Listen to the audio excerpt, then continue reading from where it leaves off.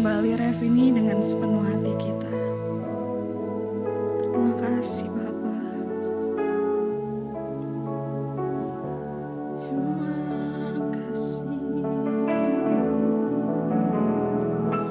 Sebab Natal tak akan berarti tanpa kasih-Mu.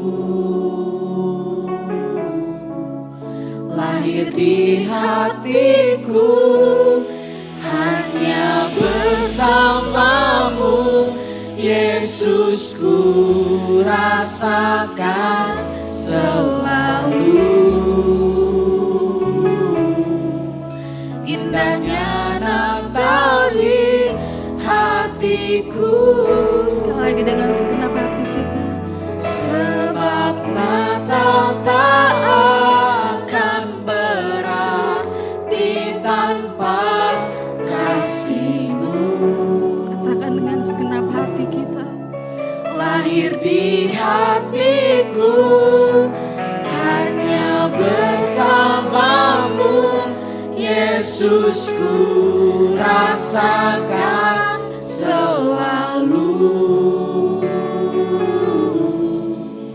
Indahnya Natal di hatiku.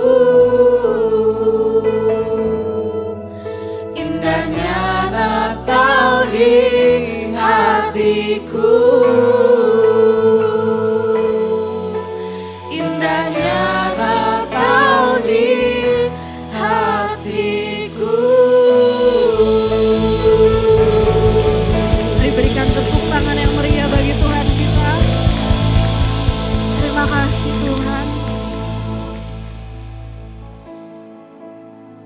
Kami sungguh bersyukur Bapa. Kami percaya pada sore hari ini ada satu pesan Tuhan yang rindu Engkau sampaikan buat setiap kami Bapa.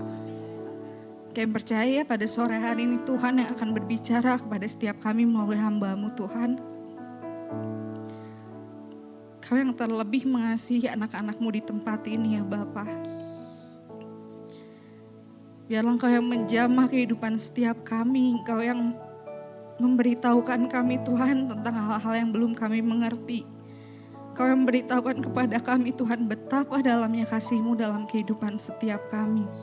Dan biarlah sungguh Tuhan Natal ini tidak berlalu begitu saja Bapa.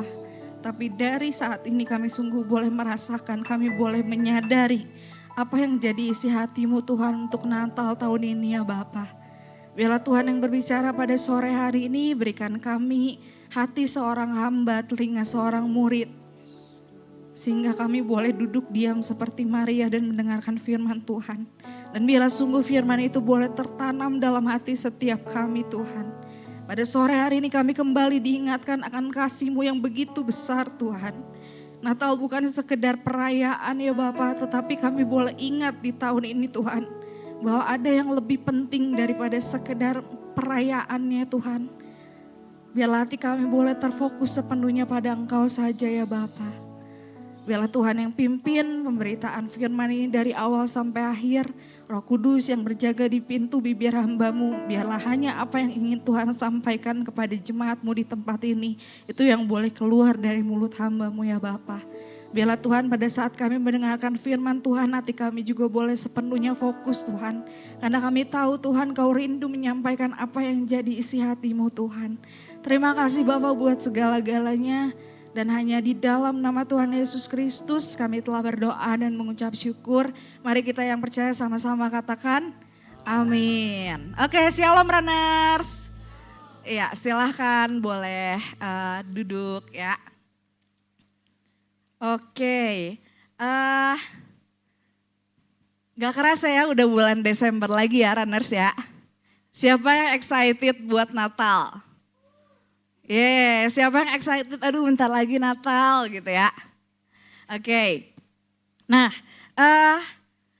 mengawali khotbah di sore hari ini gitu ya. Biasanya ketika kita merayakan Natal, apa sih momen yang paling bikin kita tuh excited dalam menantikan Natal? Coba boleh dipikirkan dalam hati gitu ya, dalam pikiran apa yang paling bikin kita excited setiap kali Natal? Libur, betul. Saya juga pengen cepet-cepet libur, Win, betul. Apa lagi, runners? Apa? Kado, ya betul. Itu juga salah satu mungkin yang kita excited. Tiap kali Natal kita bisa tukar kado satu sama lain. Ada lagi? Apa? Christmas dinner, Ca. Sama bebek ya, atau sama teman-teman kita yang kita kasihi gitu ya. Christmas dinner, tukar kado dan sebagainya itu adalah momen-momen yang paling kita excited tiap kali Natal, betul? Nah, tapi saya juga excited buat hal-hal seperti itu gitu ya. Misalnya di gereja nih ada penampilan dan sebagainya, itu juga bikin excited gitu ya. Persiapan dan sebagainya. Nah tapi di tahun ini dari kemarin-kemarin gitu ya, dan waktu mempersiapkan khotbah ini kayak diingetin lagi gitu. Saya tuh diingetin lagi tentang kamu boleh excited setiap kali Natal gitu ya. Tapi sebenarnya apa sih yang paling bikin kita tuh excited? Apa yang paling bikin kita tuh rindu gitu setiap hari Natal? Mungkin kita seringkali rindunya sama penampilan-penampilan, ibadah di gereja, momen tukar kado, mungkin momen tadi dinner dan sebagainya gitu ya. Tapi di Natal tahun ini kayak Tuhan mau ingetin lagi, coba kira-kira apa yang paling penting dalam Natal itu? Dan saya yakin Tuhan tuh gak mau kita merayakan Natal di tahun ini hanya sekedar ya udah berlalu begitu aja. Sekedar Natal, oh ya perayaan, hore dapat kado dan sebagainya. Saya yakin Tuhan gak mau kita cuman sekedar sampai di sana aja. Tapi Tuhan mau kita tuh ada yang lebih gitu, ada pesan yang lebih yang mau Tuhan tuh sampaikan dan terutama pada sore hari ini. Jadi hari ini khotbah saya ini bukan cuman saya yang bukan cuman runners yang akan kembali diingatkan, tapi saya juga kembali diingatkan gitu ya. Dan bukan kebetulan kalau tema khotbah kita pada sore hari ini adalah, boleh ditampilkan, The Message of the Manger. Ya, yang artinya ada pesan dari palungan itu. Palungan itu sebenarnya berbicara suatu pesan kepada setiap kita ya. Nah runners, coba next. Saya mau kasih pertanyaan ya. Waktu itu Bang Sam pernah bilang, pernah khotbah juga gitu ya. Tapi mungkin ada yang belum pernah dengar, tapi mungkin ada juga yang udah pernah tapi lupa gitu ya. Tuhan Yesus lahir di kandang domba di Bethlehem, betul? Ada yang meragukan hal ini? Gak ada? Ya. Oke, semua tahu Tuhan Yesus itu lahir di kandang domba di Bethlehem. Pertanyaannya, di mana tepatnya Tuhan Yesus itu lahir? Atau kandang domba mana? Ada yang bisa jawab? Apa Nas, di mana? Penginapan terakhir, Last Hotel. Oke. Ya betul, di kandang domba, karena di penginapan itu kan gak ada tempat ya, makanya memilih Tuhan Yesus dilahirkannya di kandang domba. Tapi di mana sih Tuhan Yesus itu lahir? Apakah hanya sekedar kandang domba biasa aja yang ada di penginapan, yang ya some random penginapan gitu ya. Dan di situ tuh ada kandang dombanya, Tuhan Yesus lahir di sana. Atau apa? Atau di mana tempatnya? Selama ini teman-teman mikirnya gimana? Kalau Tuhan Yesus tuh lahir di mana? Di penginapan mana aja gitu? Kandang domba mana aja yang ada di Bethlehem atau apa? Di mana coba? Oke. Nah, oh ini ada pointer. Oh, nah, nggak kelihatan maaf ya Mak. Oke, nah runners, waktu saya cari tahu tentang ini, waktu itu Bang Sam pernah khotbahin waktu di Paskah ya. Ternyata ada satu pesan juga, bahkan dari kelahiran Tuhan Yesus di Bethlehem, di tempat Tuhan Yesus lahir, itu mengandung suatu pesan. Ya, kita lihat dan sama-baca di Mika 4 ayat 8. Ya, bunyinya seperti ini. Yuk baca bareng-bareng yuk runners. 2, 3.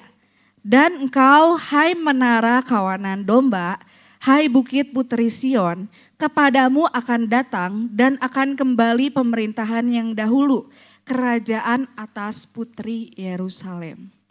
Baca yang di-highlightin ini. Menara kawanan domba. Apa sih, ada apa sih di menara kawanan domba ini? Nih, kalau dalam bahasa aslinya, menara kawanan domba itu namanya ini, Migdal Aider. Bacanya gitu ya, Aider. Ya, menara kawanan domba. Berdasarkan bukti-bukti sejarah, Tuhan Yesus itu dilahirkan di sini dan di nubuatan Mika juga dituliskan bahwa Tuhan tuh lahir di Migdal Aider ini gitu ya. Nah, Migdal Aider ini atau menara kawanan domba ini bukan cuma kandang domba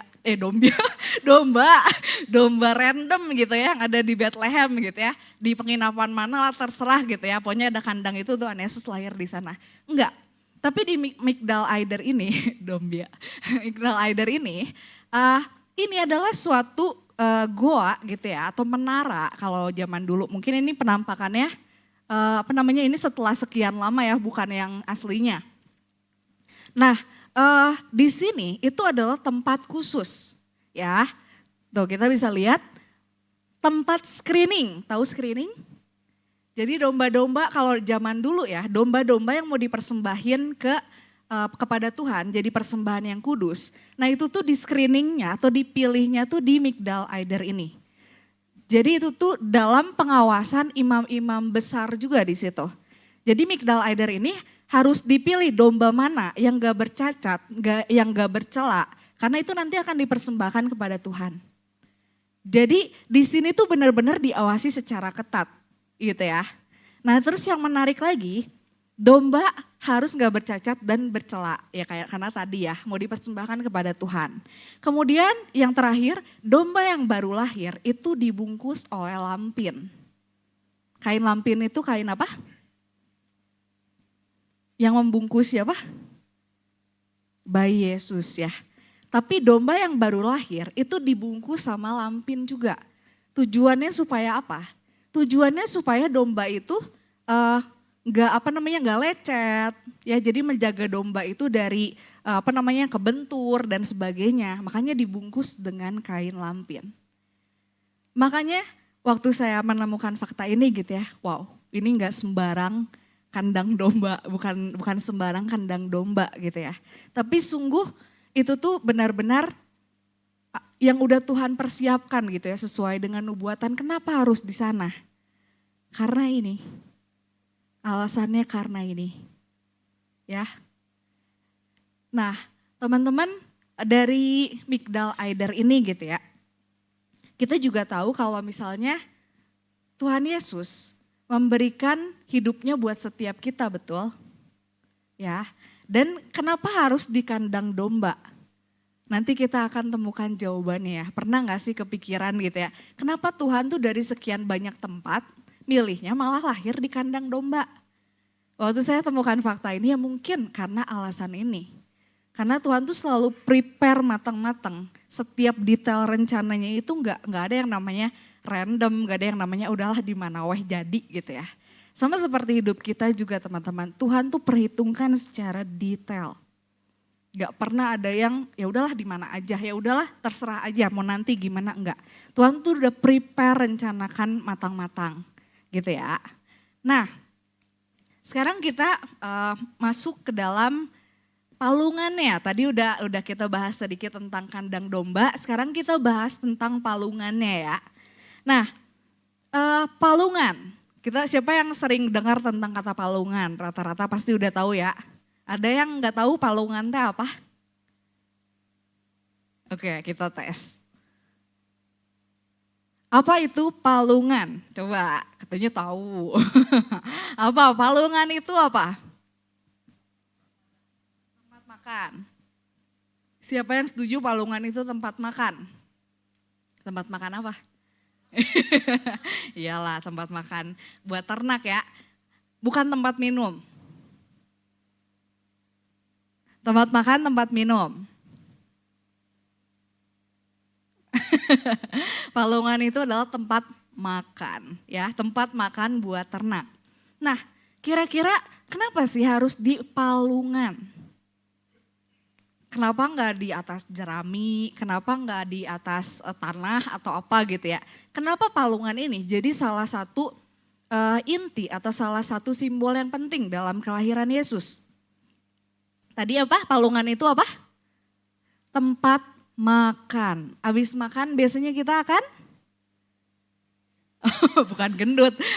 Habis makan kita akan apa? Cuci piring. Enggak, biasanya kalau lapar nih makan, terus apa yang akan terjadi? Kenyang, betul ya. Nah, palungan itu adalah tempat makan, di mana ketika binatang atau hewan itu makan, mereka itu akan menjadi kenyang. Ya, jadi ini mengingatkan kita tentang apa? Ini mengingatkan kita, kalau palungan itu mengingatkan kita bahwa Yesus adalah roti hidup. Ya, di Yohanes 6 ayat 35 tertulisnya gini, kata Yesus kepada mereka, akulah roti hidup. Barang siapa datang kepadaku, ia tidak akan lapar lagi. Dan barang siapa percaya kepadaku, ia tidak akan haus lagi. Kalau kita lapar, makan, kenyang betul? Tapi nanti jadi lapar lagi, terus kita makan lagi ya, dan begitu seterusnya setiap hari ya. Tapi Tuhan mengingatkan kita lewat palungan, kalau Tuhan itu adalah roti hidup. Dimana ketika kita percaya, ketika kita datang, kita tuh gak akan lagi yang namanya lapar secara rohani dan haus secara rohani. Ya, jadi buat teman-teman yang lagi ngalamin masalah, runners nih yang lagi ngalamin pergumulan, selalu ingat kalau Tuhan itu adalah roti hidup. Ketika runners punya masalah dan runners datang sama Tuhan, janji Tuhan apa? Kita akan dikenyangkan. Ya, dan kita nggak akan haus lagi, kita nggak akan lapar lagi. Kita nggak perlu cari kepuasan di luar, karena di dalam Tuhan pun kita udah puas. Amin. Waktu kemarin ini Tuhan kasih kesempatan untuk saya bisa jalan-jalan ke Jepang gitu ya, itu karena anugerah Tuhan gitu ya. Nah, terus waktu saya lagi jalan-jalan, kan di Jepang tuh banyak ini ya, ada yang jual minuman-minuman gitu ya, di di depan trotoarnya gitu ya, atau di depan tempat makannya tuh ada yang jual minuman. Terus waktu saya lewat, ada yang jual sake, botol-botolnya gitu ya, sake. Nah, sebenarnya gak gimana-gimana sih, cuman lagi lewat aja gitu ya. Nah, terus tapi saat saya lewatin botol-botol sake itu, Tuhan tuh kayak tiba-tiba ingetin gitu ya. Jangan-jangan selama ini banyak orang yang cari pelarian di luar sana, itu ibarat orang yang haus, tapi dia minum sake. Dia minum sesuatu yang bukan air, yang menyebabkan dia terus haus, betul? Kalau misalnya kita lagi dehidrasi atau kita lagi haus gitu ya, terus kita minumnya minum sake, kita minumnya mungkin minum minuman manis, kita minumnya minum bir dan sebagainya. Apakah kita jadi puas setelahnya? Apakah haus itu hilang? Pernah teman-teman makan minuman manis di restoran, lagi haus makan minuman manis, itu biasanya gimana? Hausnya hilang? Tetap nyari air lagi, betul ujung-ujungnya ya. Mau pesan teh manis dan sebagainya, ujung-ujungnya itu pasti nyari air lagi. Banyak orang di luar sana atau mungkin di antara kita, ketika kita ngalamin masalah, pergumulan, tapi kita carinya sumber lain untuk memuaskan kehausan kita. Itu kita lagi mencari sumber yang salah. Itu akan mengakibatkan kita jadi haus lagi, minta dipuaskan lagi. Tapi gak akan pernah puas. Karena kita minum itu bukan minum air putih, tapi minum sesuatu yang lain. Ya contohnya kayak waktu kemarin saya diingetin mungkin sake gitu ya. Ini bukan air ya guys. Ini sake meskipun bentuknya kayak bentuknya kayak air bening gitu ya. Nah, kadang sake sama air putih itu susah dibedain. Sama kayak kita merasa, oh kalau misalnya saya ada masalah di rumah, saya cari pemuasan di luar atau mungkin sama orang lain dan sebagainya. Saya bisa ngerasa penuh kok, saya bisa merasa oke kok. Tapi padahal sebenarnya enggak. Kelihatannya sih benar, tapi sebenarnya enggak. Kelihatannya itu bisa memuaskan apa yang jadi kehausan hati kita, padahal sebenarnya enggak. Ya, jadi ketika kita ingat tadi, kembali lagi, kita ingat palungan, kita ingat bahwa Tuhan adalah roti hidup. Dimana ketika kita datang sama Tuhan, ketika kita menyerahkan pergumulan kita sama Tuhan, ketika kita percaya sama Tuhan, kita tuh gak akan lagi ngalamin yang namanya kehausan rohani. Kita gak usah cari kepuasan lagi di luar sana, karena dengan Tuhan aja kita udah puas, amin. Ya. Nah, kemudian yang kedua, palungan itu berbicara tentang apa sih? Ini, palungan berbicara tentang kerendahan hati dan kesederhanaan. Pernah gak sih teman-teman berpikir gitu ya, runners berpikir, dari sekian banyak tempat di dunia, atau Tuhan kan maha kaya, Tuhan tuh maha kuasa, Tuhan pemilik semuanya, otoritas tertinggi itu ada di Tuhan. Semuanya tuh punyanya Tuhan. Tapi kenapa Tuhan yang begitu luar biasa, kenapa Tuhan yang begitu mulia, justru memilih buat lahirnya di kandang domba? Padahal bisa gak sih Tuhan tuh lahirnya di istana, atau misalnya Tuhan tuh lahirnya di tempat yang mewah gitu ya. Yang semua orang tuh tahu dirayain sama kembang api gitu ya. Berminggu-minggu, atau misalnya dari ujung bumi sana sampai ujung bumi sana tuh bisa tahu gitu ya. Kelahiran Tuhan Yesus karena dirayakan secara besar-besaran. Bisa gak sih? Bisa. Bisa lah, Tuhan gitu ya. Dia punya semuanya kok. Tapi apa yang membuat Tuhan itu memilih buat lahir di kandang domba. Karena Tuhan mau mengajarkan kepada kita bahwa Natal itu bukan bicara tentang pesta pora, bukan bicara tentang semaraknya gitu ya, tapi tentang kesederhanaan dan kerendahan hati. Ya, yuk kita baca di ayat ini. Filipi 2 ayat 5. Hendaklah kamu dalam hidupmu bersama menaruh pikiran dan perasaan yang terdapat juga dalam Kristus Yesus. Yang walaupun dalam rupa Allah tidak menganggap kesetaraan dengan Allah itu sebagai milik yang harus dipertahankan. Melainkan telah mengosongkan dirinya sendiri dan mengambil rupa seorang hamba dan menjadi sama dengan manusia. Dan dalam keadaan sebagai manusia, ia telah merendahkan dirinya dan taat sampai mati, bahkan sampai mati di kayu salib. Tuhan aja yang merupakan Allah, itu enggak menganggap saya Allah, jadi saya bisa lakukan semuanya gitu ya, saya bisa pesta dan sebagainya, enggak. Tapi Tuhan milih buat lahir di kandang domba yang hina. Gitu ya, karena Tuhan lebih memilih buat merendahkan dirinya. Fenomena dunia sekarang tuh kayak gimana sih, runners? Fenomena dunia sekarang itu banyak yang flexing, betul? Trennya tuh flexing, punya tas bermerek dipamerin di medsos, punya Lamborghini gitu ya, Ferrari dan sebagainya dipamerin gitu. Semua orang harus tahu saya tuh punya semuanya ini gitu ya. Tapi beda sama teladan yang Tuhan Yesus ajarkan sama kita. Tuhan ajarkan tentang yang namanya kerendahan hati.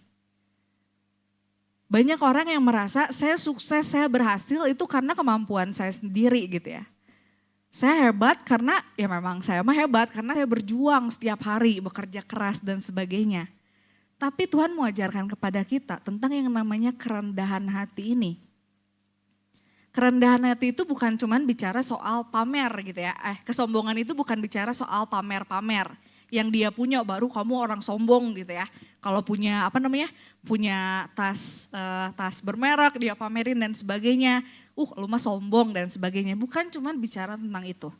Tapi kesombongan itu bicara tentang apa? Bicara juga tentang yang namanya hidup mengandalkan diri sendiri. Merasa saya mah bisa ngejalanin hidup ini tanpa Tuhan. Saya mah bisa lah tanpa Tuhan juga semuanya oke, semuanya lancar. Studi bagus gitu ya, pekerjaan bagus. Tanpa saya doa juga kayaknya hidupnya berjalan gitu-gitu aja deh. Doa sama gak doa juga kayaknya gak ngaruh, saya mah gak butuh Tuhan. Itu juga adalah bentuk kesombongan.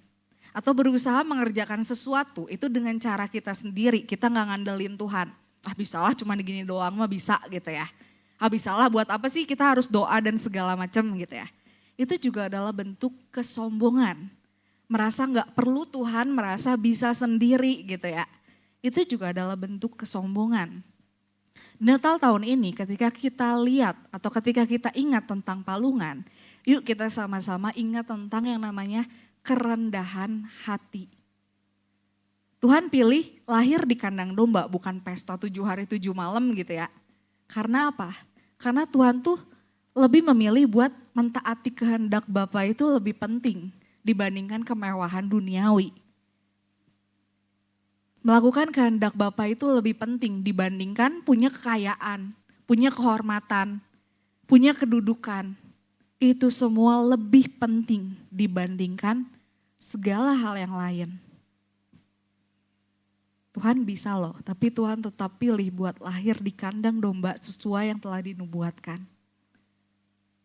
Kalau masih ada runners atau diantara kita nih yang masih salah fokus gitu ya sama hidup, kita kejar kekayaan, kita kejar kehormatan, kita kerja dari pagi sampai siang sampai malam, kita mengabaikan yang namanya persekutuan, relationship sama Tuhan, buat mengejar harta dan sebagainya. Tuhan mau ingatkan lewat firman pada sore hari ini, bukan itu yang penting. Ya, bukan itu yang penting, tapi yang paling penting adalah ketika kita bisa lakukan apa yang jadi kehendak Bapa. Ketika kita bisa mengejar Tuhan itu lebih dari segalanya. Dan ngomongin tentang kesombongan, kita bisa sombong apa sih? Betul gak?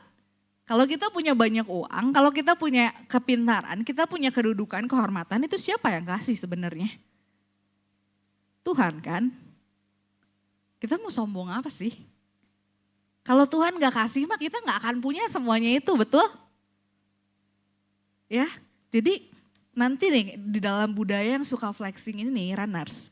Kalau runners ingat nanti tentang palungan gitu ya. Ya ingat tentang yang namanya kerendahan hati dan kesederhanaan. Bahkan dalam merayakan Natal tahun ini, yang Tuhan cari itu hati yang mau menghormati Tuhan. Hati yang mencari kehendaknya, melakukan kehendaknya lebih daripada apa yang penampilan-penampilan, tukar kado dan sebagainya. Itu yang lebih Tuhan cari. Itu yang lebih Tuhan mau kita lakukan di Natal tahun ini. So kalau mungkin kita masih salah fokus, kayak seneng aja gitu ya. Kayak kita masih seneng gitu ya, merayakan Natal tapi bukan dengan fokusnya Tuhan. Nah itu kita mau kembalikan fokus kita lagi di tahun ini. Nah ini yang terakhir, saya singkat aja sih pada sore hari ini. Ya. Oke. Nah yang terakhir, palungan itu dan kandang domba melambangkan kasih dan ketersediaannya bagi semua orang. Kasih dan ketersediaannya bagi semua orang. Misalnya, saya tanya nih, misalnya kalau Tuhan lahirnya bukan di kandang domba, tapi di hotel yang paling mewah di zaman itu atau di istana raja. Siapa yang bisa akses? Siapa yang bisa datang? Kalau seandainya Tuhan lahir di hotel termewah di zaman itu atau di istana raja. Siapa yang bisa akses ke sana? Semua orang kah? Enggak, cuman orang-orang tertentu aja mungkin yang punya kehormatan, punya kekayaan gitu ya. Orang-orang tertentu aja mungkin yang merupakan VIP gitu ya. Ferry-nya udah gak tahu tuh berapa deret gitu ya. Tapi kenapa Tuhan tuh memilih lahir di kandang domba? Dengan palungan gitu ya. Karena supaya orang dari kalangan atau status sosial manapun itu bisa datang. Bisa mengakses gitu ya. Atau bisa melihat dan datang gitu ya. Terbuka buat semuanya. Bahkan berita Natal yang pertama itu juga disampaikan ke siapa? Para gembala. Jangan dipikir gembala tuh ya udah gembala seperti yang kita tahu hari-hari ini orang yang pekerjaannya menggembalakan domba, titik. Nah jangan berpikir zaman dulu tuh seperti itu. Kak Dwi kayaknya udah sering beberapa kali gitu ya sebutin tentang gembala. Tapi saya mau ingatkan lagi gitu ya. Siapa gembala? Gembala itu adalah orang-orang di zaman Tuhan Yesus ya. Orang-orang yang pekerjaannya tuh di zaman itu tuh bukan pekerjaan yang bergengsi. jadi gembala gitu ya. Bukan pekerjaan yang mungkin dipandang orang lain kayak kalau zaman kita mah mungkin CEO-nya gitu ya atau misalnya vice president dan sebagainya. Enggak, gembala itu adalah pekerjaan yang dulu tuh enggak bergengsi gitu ya, yang enggak dipandang sama orang. Siapa itu gembala? Gembala itu adalah orang yang kehidupan sosialnya itu terpisah dari orang lain. Terpisah karena apa? Karena mereka itu kan menggembalakan domba di padang kan. Makanya mereka itu terpisah dari sosialisasi masyarakat karena mereka harus pergi ke padang untuk menggembalakan domba. Nah, kemudian waktu itu gembala itu punya reputasi yang buruk di masyarakat. Kenapa punya reputasi yang buruk? Karena gembala pada waktu itu dianggap sebagai orang yang suka ngambil domba punya orang lain. Ya makanya kesaksian gembala di masa itu tuh nggak dianggap di pengadilan gitu ya. Jadi kalau misalnya ada gembala yang bersaksi di pengadilan itu nggak dianggap. Karena gembala itu punya reputasi yang buruk. Suka ngambil domba orang gitu ya. Pokoknya hal-hal yang negatif gitu ya, stigma negatif. Kemudian berasal dari kalangan yang status sosioekonominya itu di bawah gitu ya. Kenapa? Karena waktu itu mereka nggak punya uang, makanya mereka pilih kerja sebagai gembala, menggembalakan domba orang lain itu untuk bertahan hidup. Hari ini Palungan mengingatkan kita, kalau seandainya Tuhan itu hadir, bukan buat orang-orang kaya. Tuhan itu hadir bukan buat orang-orang kaya saja. Tuhan itu hadir bukan buat orang-orang yang terpandang aja. Tapi terlebih yang paling penting Tuhan tuh hadir buat kita. Semua di sini entah apapun status sosioekonomi kita, entah apapun yang jadi latar belakang kita, entah apapun yang jadi dosa kita, Tuhan itu datang buat kita. Jadi mungkin buat teman-teman yang merasa, gak layak saya mah, misalnya saya mah bukan orang kaya, gak layak saya mah udah terlalu banyak berdosa, saya mah gak layak gitu ya datang ke Tuhan juga, kayaknya Tuhan benci deh sama saya udah banyak berdosa dan sebagainya. Hati-hati runners, itu adalah bentuk intimidasi iblis. Ya, Tuhan bilang datang aja gitu. Kamu Tuhan tuh tahu kamu berdosa tapi datang aja gitu ya. Dengan boldly gitu ya. Kalau misalnya di Alkitab tuh datang dengan ya udah kita tahu kita berdosa tapi kita tetap datang gitu sama Tuhan dengan tanpa malu-malu, bukan tanpa malu-malu artinya nggak menyesal ya. Tapi kita tetap datang sekalipun kita tahu kita tuh nggak layak.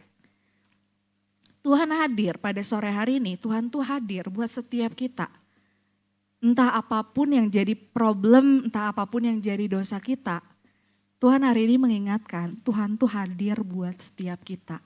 Bahkan di dalam palungan gitu ya, di dalam kandang domba, sebersih-bersihnya kandang domba juga tetap aja kotor, betul? Di tempat yang kotor, yang menjijikan gitu ya. Tuhan tetap hadir di sana. Sama seperti ketika kita punya dosa, ketika kita punya mungkin hal-hal yang menurut kita tuh, kayaknya mah saya nggak akan dimaafin sama Tuhan dan sebagainya. Tapi Tuhan tetap hadir di sana. Dan Tuhan tuh selalu mengulurkan tangan dan menanti kita tuh buat kembali. Jadi teman-teman kalau pada sore hari ini mungkin ada yang merasa, saya nggak layak gitu di hadapan Tuhan, saya mah bukan orang kaya atau apa gitu ya. Saya merasa Tuhan gak sayang, Tuhan sayang kok. Bahkan Tuhan sampai datang tuh di kandang domba gitu ya buat setiap kita. Dia pilih buat datang lahir di kandang domba buat memberitakan kepada kita bahwa di tempat yang hina, yang paling menjijikan sekalipun, Tuhan itu hadir di sana. So teman-teman runners, sore hari ini ada undangan dari Tuhan. Yuk kita sama-sama ingat kembali apa sih yang jadi makna Natal. Natal itu bukan tentang perayaannya, Natal itu bukan tentang hura-huranya, bukan tentang excited-excitednya. Ya itu gak apa-apa, it's okay. Tapi yang paling penting itu ya ingat lagi apa yang udah Tuhan tuh lakukan bagi setiap kita. Itu yang Tuhan mau. Yuk mari saya ajak supaya di tahun ini kita tuh bisa memaknai Natal itu dengan cara yang berbeda. Bukan hanya untuk tahun ini aja, tapi untuk seterusnya. Ya, dimana kita bisa terus ingat Natal itu bicara tentang apa sih? Natal itu tentang siapa sih? Dan kita boleh ingat lagi kasih Tuhan tuh yang begitu besar buat setiap kita. Jadi ingat palungan, yang pertama kita ingat tentang apa? Bahwa Yesus adalah roti hidup, betul. Yang kedua, kesederhanaan ya dan kerendahan hati Tuhan. Yang ketiga, ya betul, Winda hebat ya. Kasih dan ketersediaannya buat semua orang. Ya, runners, mari kita jalani nih, kita awal Desember ya. Jangan kita baru menyadarinya nanti pas hari Natal teng gitu ya, baru kita sadar gitu ya, oh iya Tuhan tuh baik gitu ya. Tapi dari hari ini, dari saat ini, menyongsong Natal, kita boleh diingatkan kembali kalau Natal itu ya bicara tentang ini semua gitu ya. Ya dan diharapkan di Natal tahun ini kita semua bisa menjalani Natal itu dengan perspektif yang berbeda. Dari yang selama ini mungkin kita jalani gitu ya. Sehingga Natal ini gak berlalu begitu aja tanpa kita tuh dapatkan sesuatu. Tapi kita sungguh boleh memaknai, kita sungguh boleh ingat-ingat lagi kebaikan Tuhan tuh dalam hidup kita. Amin. Yuk mari kita berdoa. Tuhan, kami sungguh bersyukur untuk firman-Mu pada sore hari ini di mana kami diingatkan bahwa Natal semuanya itu adalah tentang Engkau. Terima kasih untuk kasih dan kebaikan Tuhan dalam kehidupan setiap kami.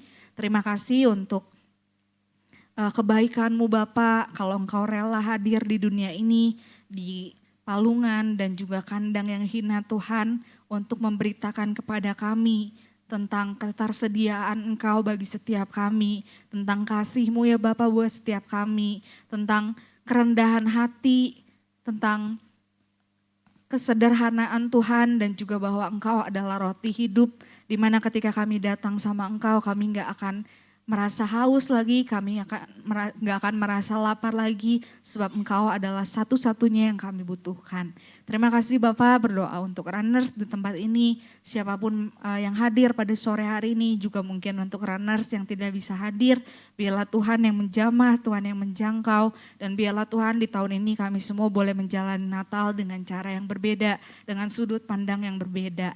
Terima kasih Bapak yang baik, dan hanya di dalam nama Tuhan Yesus Kristus kami telah berdoa dan mengucap syukur. Haleluya, amin. Tuhan berkati.